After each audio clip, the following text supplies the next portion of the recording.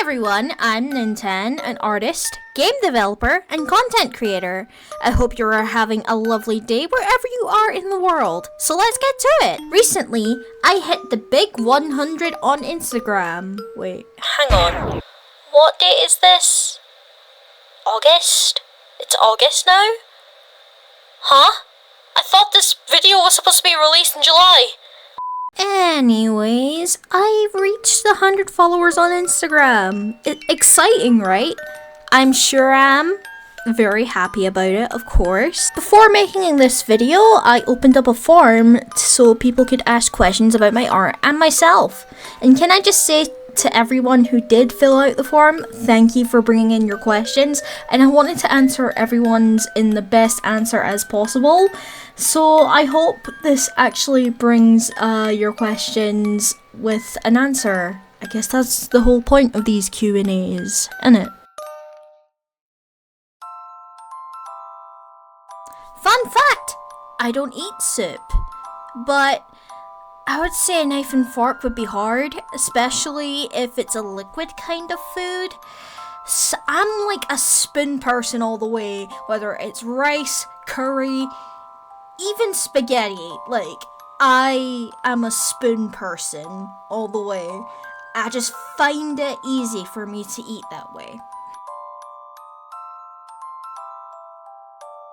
So, I used to have an iPad before I got my drawing tablet, so I used Procreate for most of it. Procreate is very easy to understand, and then once I got my drawing tablet, I moved on to Krita. I was actually thinking of making a tutorial for people who are like transitioning from Krita to Procreate, or Procreate to Krita.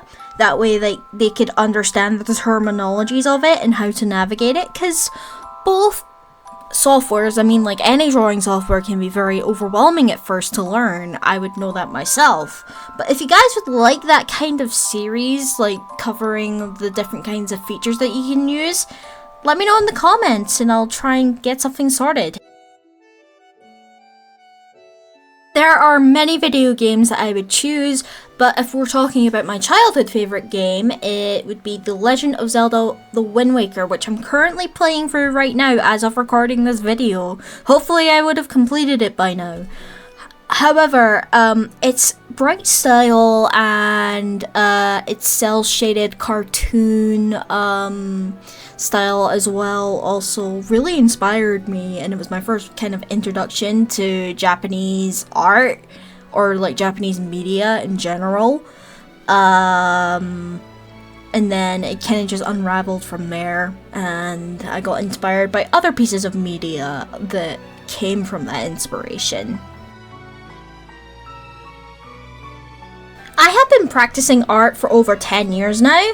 I studied different types of media such as Disney movies that I loved, anime, the manga that I owned, comic books, art books, and my art classes, of course, taught me a lot of techniques and terminologies to sort of adapt that into my style, really.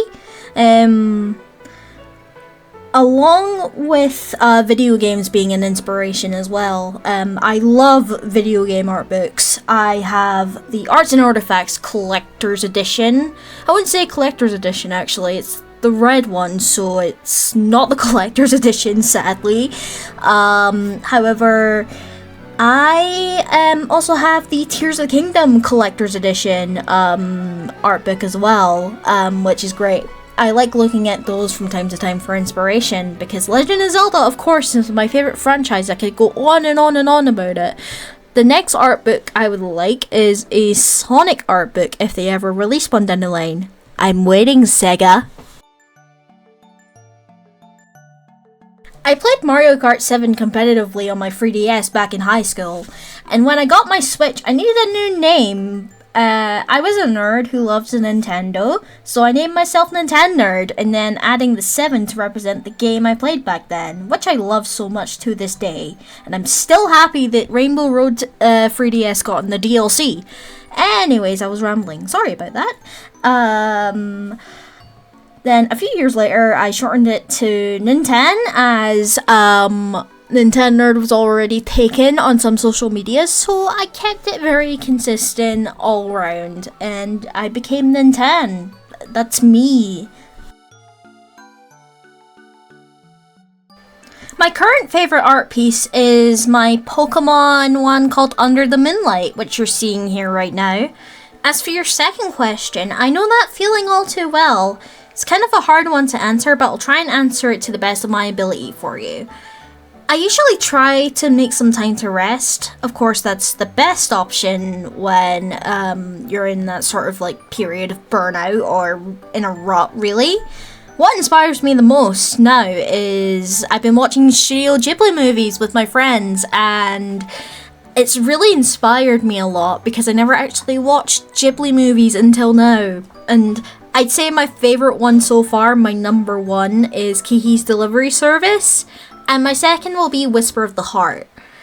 Those are really inspiring to those who are creative in any way, really.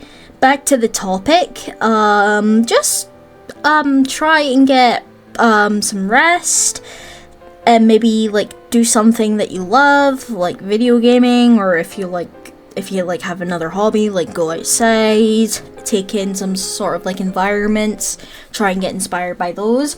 Because whenever I go on a trip, I get like super inspired, but after just like seeing a bunch of external environments and maybe something interior as well, that really gets my creative juices flowing again. Just know that you're not alone, and try and make some time to be kind to yourself, as I know how hard it can get, especially when you want to create something but it just can't come out of your mind, really. Much love to you, and I hope that answers your question. One word, and one word only. Caffeine. Just kidding. Same answer as question 4. It's more on practice and a lot of education to manifest that kind of style. You don't really have to go to school for it, I would say.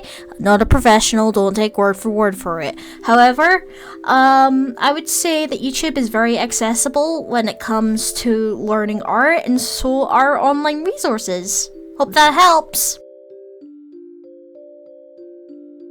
Ooh, indie games, huh? That's a hard one. I have a few favorite indies that I still need to complete. However, I would say that I absolutely adore Omokat's art style.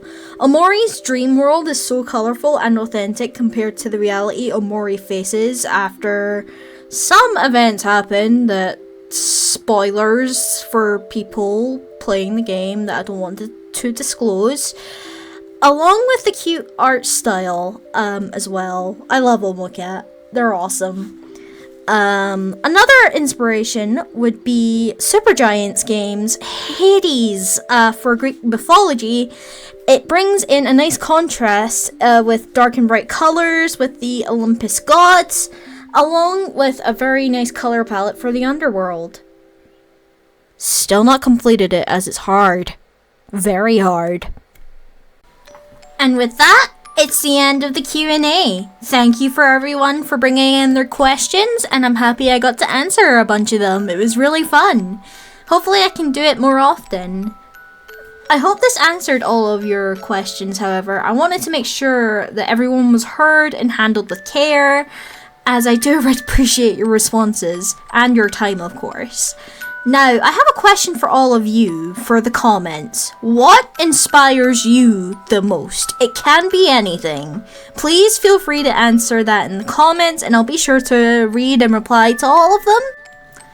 And if you liked the video, be sure to subscribe. That way I can keep doing more videos like this. Maybe leave a like or hit the notifications bell while you're at it.